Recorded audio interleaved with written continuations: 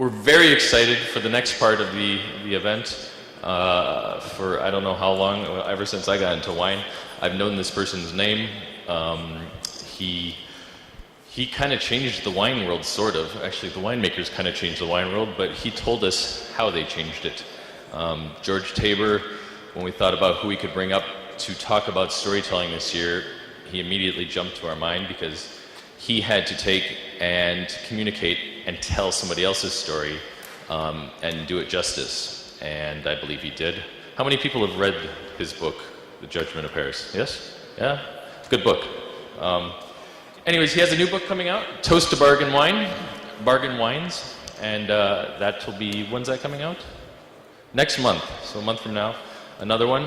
And really, I don't have much to say other than to invite George up, have everybody please welcome him to the stage, and have him take over.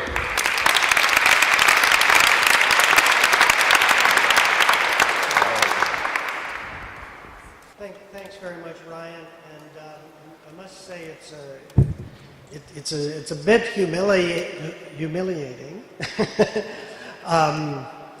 No, it's a bit humbling to be in a room with this kind of history around you and this kind of audience around you, especially for somebody myself who actually I come from you may not know it from my name, but my heritage is Irish.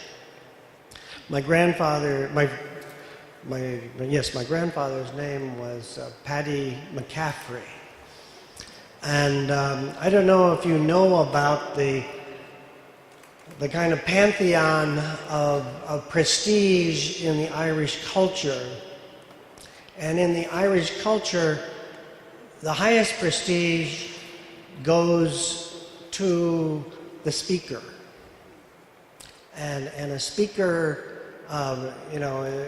throughout Irish history, it was the speakers that brought all the wonderful things to the Irish, and all actually also all the craziness and catastrophe to the Irish. And a writer like I am is in the second category in the pantheon, and a writer is considered to be a failed speaker. So this afternoon you're listening to a failed speaker.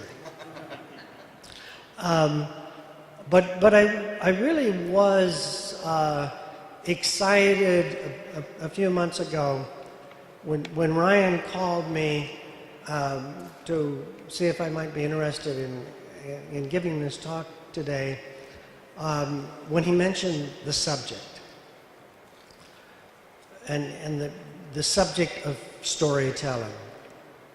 Because I have always felt that although on my business card it says author, in fact I'm actually thinking of changing it from author to storyteller, because I think that really is what I've done, what I hope to do, what I wish I could do better, but it really is to tell stories.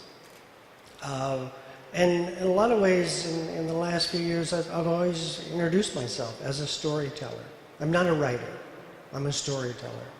I try to put things together that make an interesting story. After Ryan called, I looked through, and as an ex-scribbling journalist, I had to do a little bit of research, and I had fun looking into the history of storytelling. And the history basically goes back to prehistoric man or women sitting around a campfire and listening to stories being told by the person who best told the story. They were live performance, and it was a live audience. And what they were passing along was the story of their cultures, the story of their achievements, the stories of their success, and also the stories of their failure. And if you look out at some of the early great writers, of course, they weren't writers because they didn't write the final product. They came up with the words. And the words were passed on. It was only generations later that what they were talking about around that campfire were stories that would be put on paper. And the first one that struck me so strongly was Homer, a Greek. And the opening words of the Odyssey, in which Homer said, and somebody else wrote down, "Tell me, Muse, of that man of many resources who wandered far and wide after sacking the holy citadel of Troy." And then later,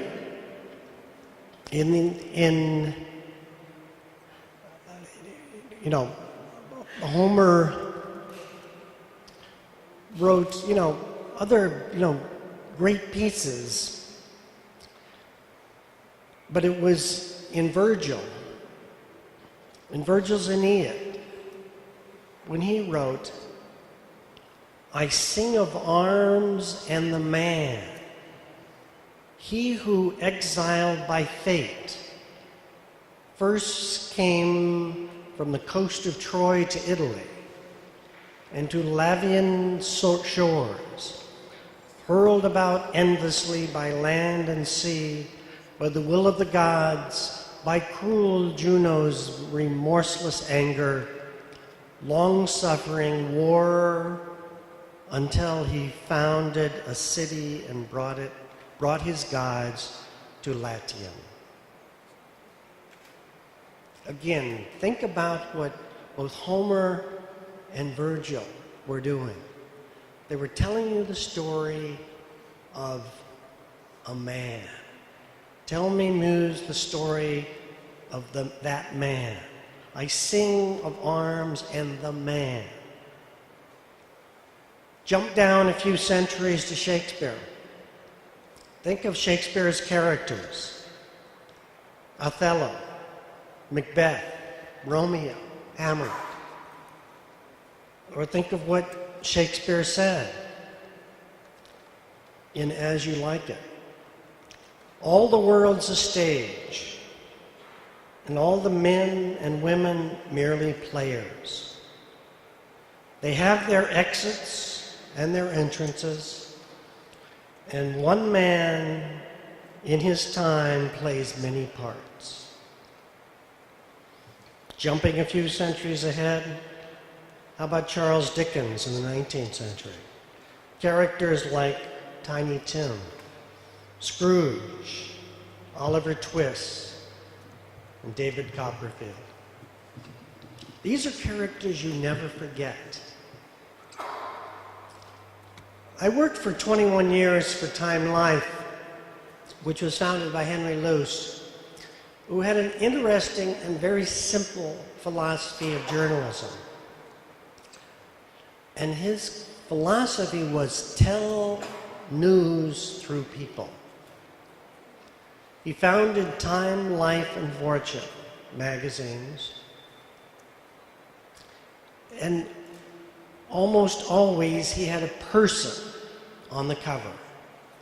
He created the concept of the Man of the Year, which has been copied by publications all around the world. People make news. Tell me history by telling me about people.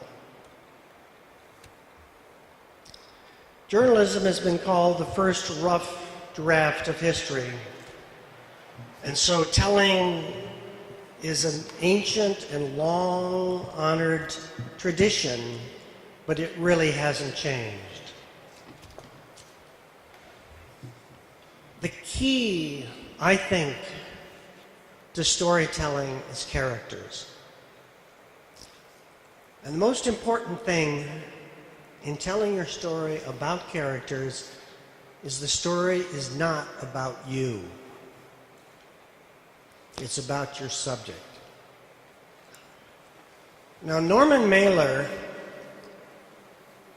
was a great, brilliant writer of the 20th and early 21st century who wrote much better than I can write, and he put himself in the middle of every story.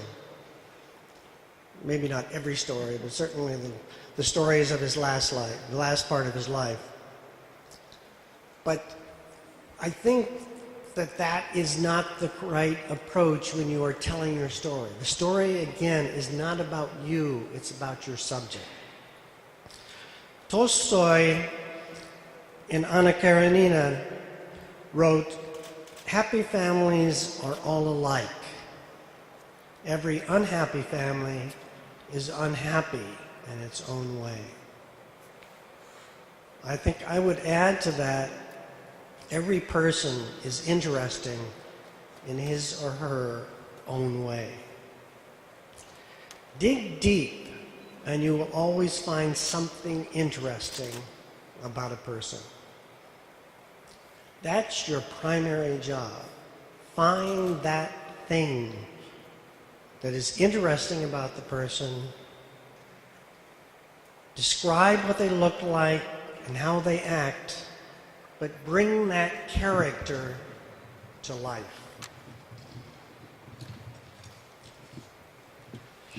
I think the most important thing as you're telling that story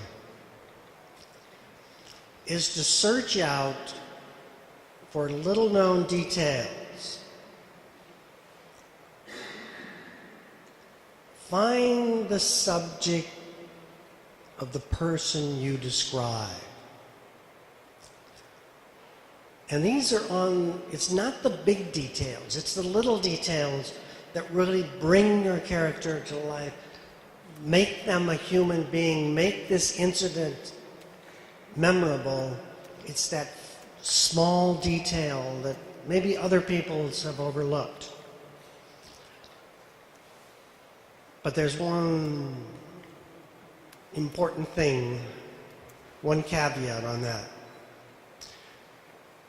Frederick Forsyth is a very famous writer of recent years who was trained as a journalist and worked several years for Reuters in Paris, where he came up with the idea of writing his most famous book, The Day of the Jackal, which is the story of the attempt to kill Charles de Gaulle. Earlier this year, he wrote an article in the Wall Street Journal entitled, "How to Keep a Thriller Real." The answer, he said, was to find a very specific and telling detail. Describe in detail the thing that makes the person so interesting. Don't overdo it, but do it in detail and be correct.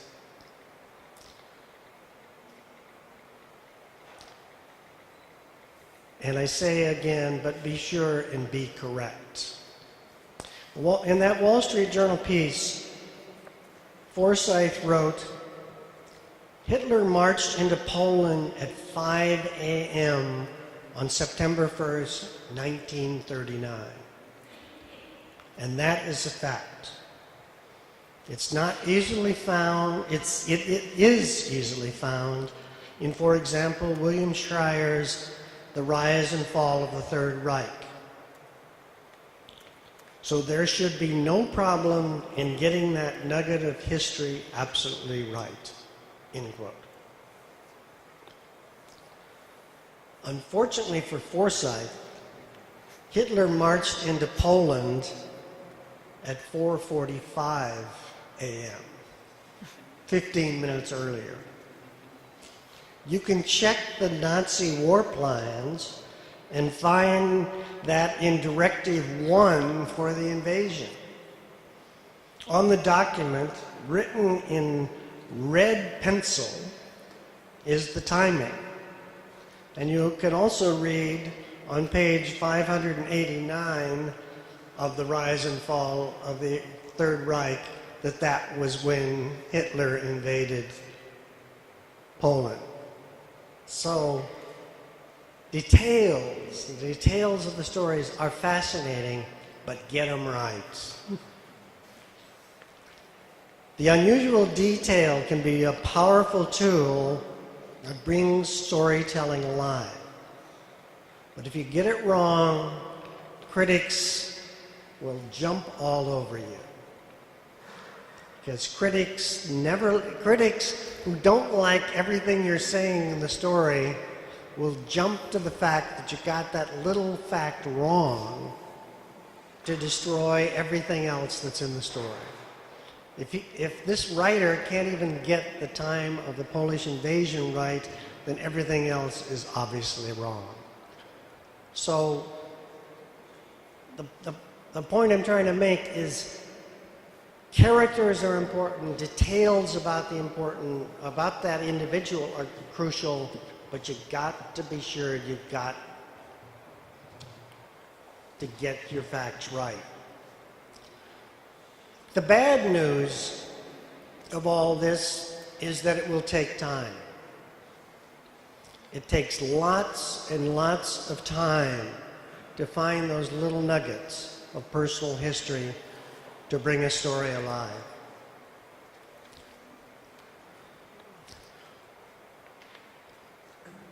When I started researching a book, I almost get terrified of telling a subject of the book how much time I'm going to demand of them. Because if I do, I'm sure they're going to tell me, oh no, I can't give you, 10 hours over the next 4 years, 10 hours a week over the next 4 years.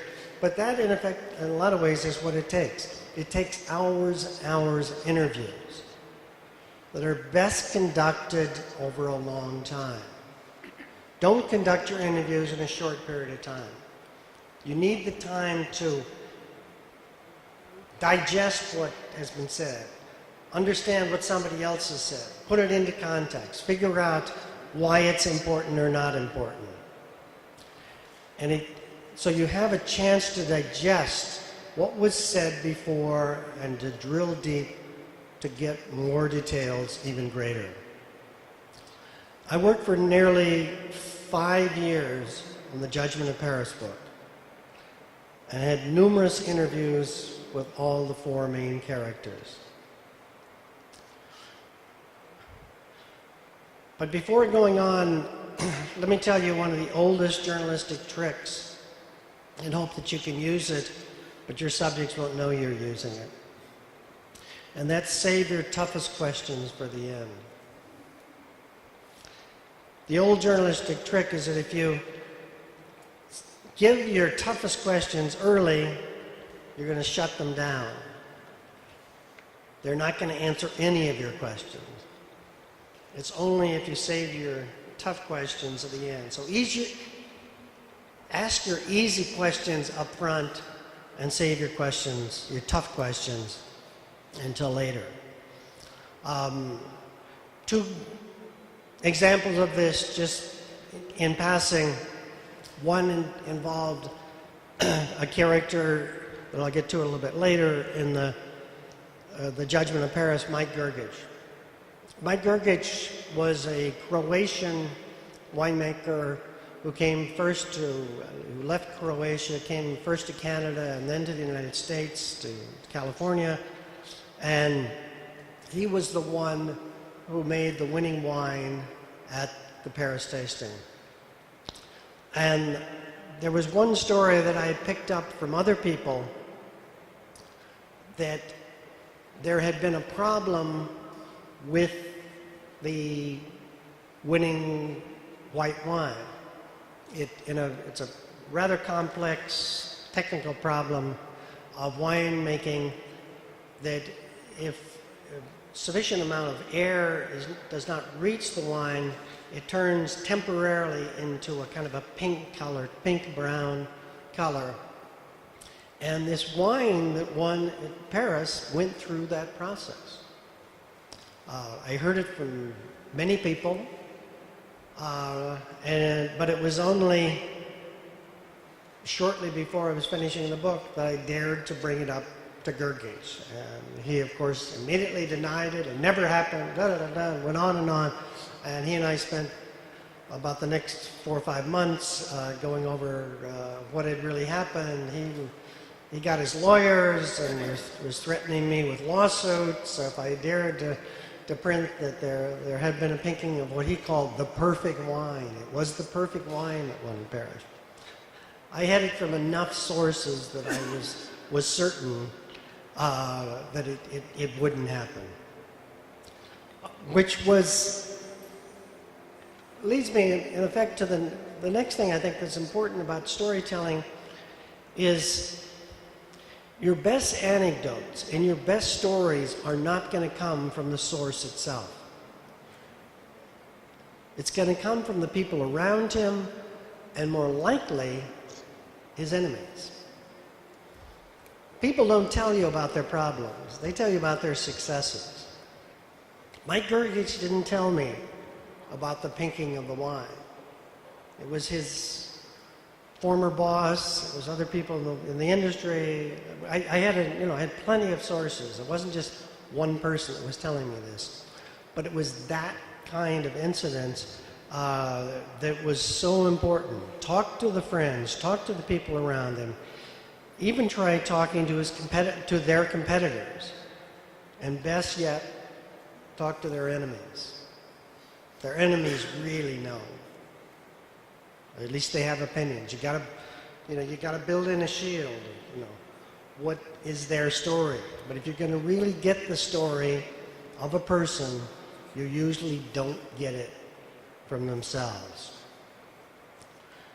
Unfortunately, life is not like Garrison Keillor says in Lake Wobegon, where all the men are brave, all the women are strong, and all the children are above equal. Life is a little more complicated than that. I ran into a similar situation when I was researching my third book, which involved a winemaker named Carlos Cordion, a Chilean winemaker. And I know we have Chile here today as one of the sponsors. Carlos Cordion is one of the great mass murderers of the 20th century. And he's also the father of wine tourism in Chile. He sold weapons of mass destruction, cluster bombs, to Saddam Hussein for fighting against Iran.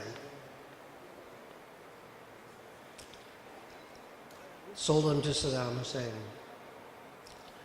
And by my research, I had recognized when I went into the interview, I spent over half a day with Carlos. And we discovered fascinating things like I was born 4 days before he was born. Same year, same month, only 4 days difference. I spent the whole day with him, and it was at the very end of the interview that I asked him the questions about his background and how basically his development of wine tourism in Chile was financed by the money that he had made by selling weapons of mass destruction to Saddam Hussein. So basically, you're not going to get all the good news from the source himself. You certainly are not going to get the bad news from the source himself. You're going to have to find that elsewhere. If I could maybe walk through with you just a few questions, or a few issues. The first book I wrote, Judgment of Paris, to try to illustrate what I tried to do with that book and how I tried to bring to life the types of things that I'm talking about here today. And that original book was called Judgment of Paris. For starters, it took me 3 to 4 to 5 months to figure out who were going to be the focus of the story about the Paris tasting. I had been at the Paris tasting myself. I was the only journalist who was there that day. But, you know, I wasn't an expert on the topic still. And so I had to do an awful lot of research, and I really came to the conclusion that I had 4 characters in this story. The first, and it was through those 4 characters that I was going to try to tell the story. The first character was Stephen Spurrier. And Stephen was the Englishman who had staged the event. And as I talked with Stephen over many hours, there was one thing that really jumped out at me. And I think this again was that small detail that really tells you about a person. And that's the fact that Stephen Spurrier was the second son. Stephen came from a very wealthy family in Britain. And in British tradition, the first son basically gets everything. The second son has more freedom to go off and do what he wants to do and can not worry about taking over the family firm. He has freedom. And Stephen had that kind of freedom. And it reflected in what he did. He worked for an English wine exporter for a couple of years, and then he went off to Paris and started a wine shop. And he started a wine school. Paris had never had a wine school.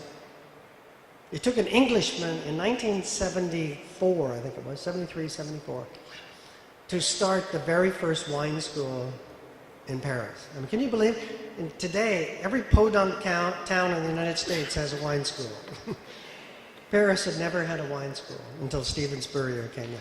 But it showed, again, the initiative, the breaking of rules, the way that he would go out and do different things. The second character was Mike Gergich that I mentioned earlier. Mike was a refugee from Yugoslavia, first to Canada, then to the United States. He was born in a little village in Croatia and remembers stomping the grapes as a young boy when he was trying to knock down the crust at the top of the wine barrel that was fermenting. He came to Canada because he couldn't get into the United States, but then eventually did.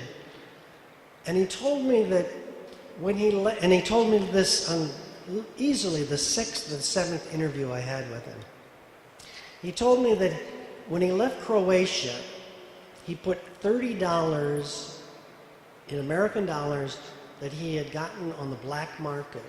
And he went to the local shoemaker and he had the $30 sewn into the sole of his shoe so that whatever happened, if he really got in trouble, he could always pull out that shoe and pull out that $30 and get out of trouble. And I thought, you know, that one incident just told you so much about Mike Gergich and why, despite all the troubles he was going to run into, he was going to succeed. Jim Barrett, his boss and the owner of Chateau Montelena, on the other hand, was a rich Southern California lawyer. He'd made lots of money doing legal work for one of the biggest developers of shopping malls. But he was bored and wanted to look at something else. And his goal was to make a Chateau Lafite. He wanted to make a California Chateau Lafite. The fourth character was Warren Renarski. Warren was working on his doctorate on the subject of Machiavelli's political philosophy when he came to Italy in the early 60s and fell in love with wine and fell in love with the Italian wine society. And he went back to the University of Chicago where he was studying and said, I've got to make wine. I don't care what else is, I've got to make wine. And I think those incidents that don't come out at you first that are so important. And the other books that I've done, and I can go on to that, but I think I'll skip it for now. In each book, what I've tried to do was to find those magic moments that really tell you so much about the character. The characters that you are writing about. You're not writing about yourself. You're writing about the characters, the people who are making the wine, and you are only the person telling the story. So in conclusion, what I would say is, what are the goals of good stories made of? First of all, it's good characters and interesting people. Second, they've got to be doing unusual things, out of the way, out of the ordinary. Third, obviously you've got to have a beginning, middle, and an end. A friend of mine in Hollywood said that the whole objective, the whole goal in a movie is to get the hero up a tree and then get him down again. If you think about Jimmy Stewart in the movie It's a Wonderful Life, when he played George Bailey, and in effect did exactly that. George Bailey starts the movie as the very successful banker. He hits a disaster when his uncle wastes the money and loses the money, and then he thinks of committing suicide. And so we now have, George Bailey is up the tree, and then we get him out of the tree when the Clarence comes along and in effect saves him. So in each of those cases, I think what you are again looking for is the telling incidents that makes a character come alive in your story. And you tell your story in that way. So the story that you're telling is about your subject. It's not, again, sorry to repeat it, but the story is not about you. The story is about the subject. With that, let me stop. And if you have any questions, I'd be happy to answer them now or answer them later. Yes? Thanks, George, for the insight you've just provided. I've got one question on a point you made earlier about the importance of reflecting after taking notes and taking interviews. When do you recognise that you've reflected enough? In case others didn't hear the question, it's the importance of thinking, reflecting on what you've heard. When in effect have you reflected enough? It's a judgment call. It varies from topic to topic, person to person. I mean, you deal often in superficial people who have superficial answers. And, in effect, you're not digging deep. I think if you had to do it, err on the side of getting too much rather than getting too little. I think I mentioned, it was in my notes originally, that when I go into talking to somebody when I'm just starting to write a book, I dread, in fact I never tell them, how much time I'm going to demand. You've got to demand a lot of time from people to get down, to dig down, to get below the superficial. Because I think the daily journalists, the people who are coming,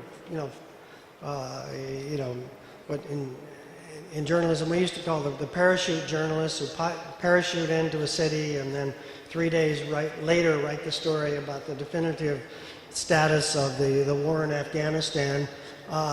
you know, it's superficial what they're going to write. And you're going to write superficial if you don't, you know, take the time, find the time, you know, get your sources to give you the time to dig into it. Any other questions?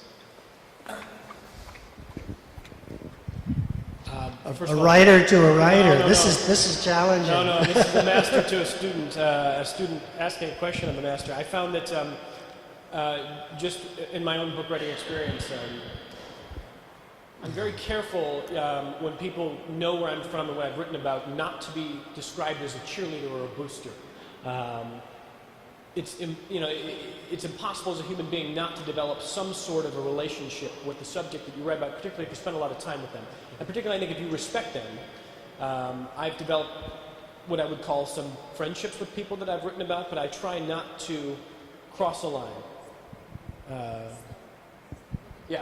I try not to cross a line when it comes to getting too close to a subject, even if I'm personally rooting for them or if I can feel that they have an uplifting story.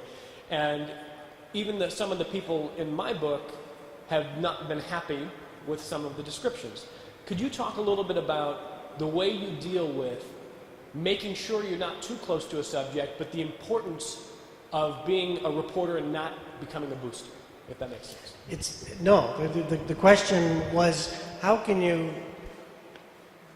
remain a reporter and not become a booster? And it is one of the most difficult things that any reporter has to face. Describe the boosters for the European audience. Okay, the question was, what is a booster? And the real danger for any reporter or anybody writing is to come up with something that colloquial English is called localitis. You become part of the story. I mean, you identify so much with the story and the people who are important in it that you become, in effect, a cheerleader for them. The worst example in history, I think, of this was the New York Times correspondent in the 1930s, early 1940s in Moscow. If one goes back and looks at that reporter's coverage of Stalin, he had totally taken in, and if I'm not mistaken, he got a Pulitzer Prize for this. He had become an advocate of Stalin's policies of the 1930s and 1940s. So it's a great, great danger. There is no question that it is. How do you face it? How do you decide? How do you fight it? It's a never-ending fight.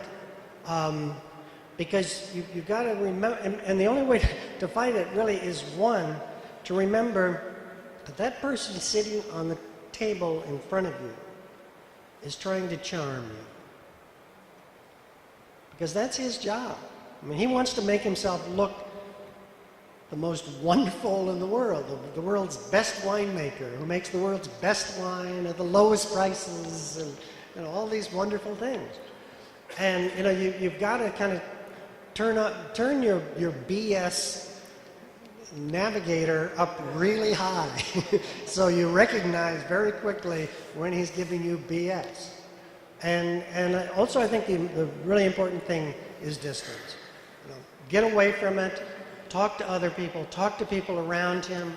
I'm not saying that all people are evil, but I mean, when you get to the point where the New York Times correspondent in Moscow in the late 1930s has become a spokesman for Stalin, it just shows the danger of what can happen to you. So it's an occupational hazard that you never get away from.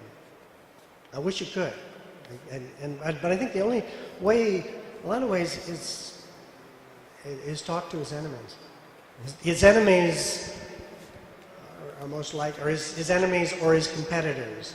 They are the most likely to tell you where the warts are.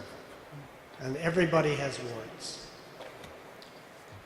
I think we have one or two more questions quickly, and we can get on to the next Yes. stage. Okay. Go ahead, Tom. Okay. No, I appreciated your comments, George, and I think they're very pertinent.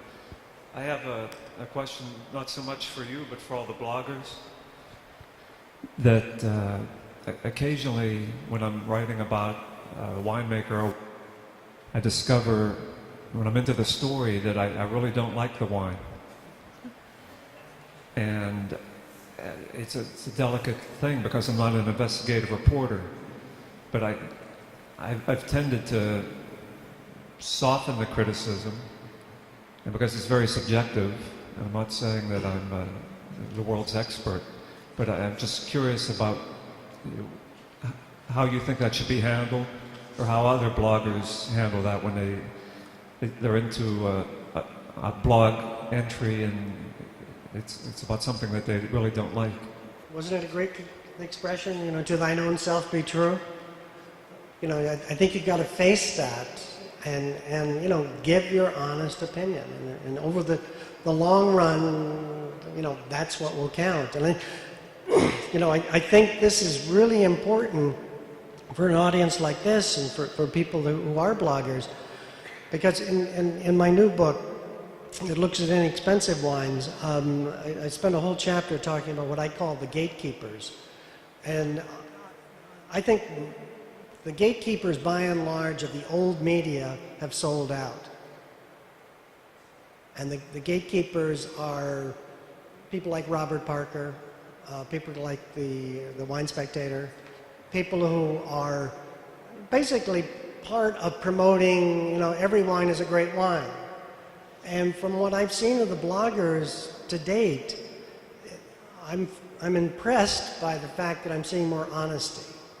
And I think the bloggers are potentially not in the pocket of the wine establishment to the degree that the old wine establishment, or the old wine, you know, the people who were the gatekeepers are. And I think that's the great hope for, not only for wine bloggers, but I think it's the great hope for wine consumers, because I think you're more likely to get honesty from bloggers than you are from Robert Parker.